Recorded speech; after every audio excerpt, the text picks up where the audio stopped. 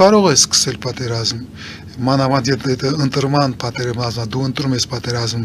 war of choice ոնց անգլերեն ասում են, եւ դու ընտրում ես պատերազմ, մտնում ես պատերազմի մեջ, դու ունես հնարավորություն սկսել պատերազմ, բայց պատերազմը վերջացնելու համար արդեն պետք է երկու կողմի համաձայնություն լինի, որ պատերազմը վերջանում է։ Եթե կողմերից մեկը չի համաձայնում, որ պատերազմը վերջացել է, պատերազմը կշարունակի եւ Մերձավոր Արևելքում եւ Աֆղանստանում մենք տեսել ենք նման վարք Միացյալ Նահանգների կողմից, եթե հիշում եք 91 թվականին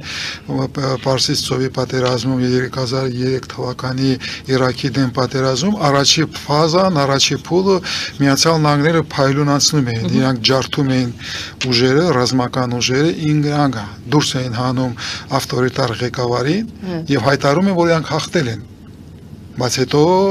եւ Իրաքում եւ Աֆղանստանում սկսել է պատերազմ, որը գնացել է մոտավորապես 20 տարի։ Եվ այդ պատերազմում Միացյալ Նահանգները ի վերջո պարտվել են։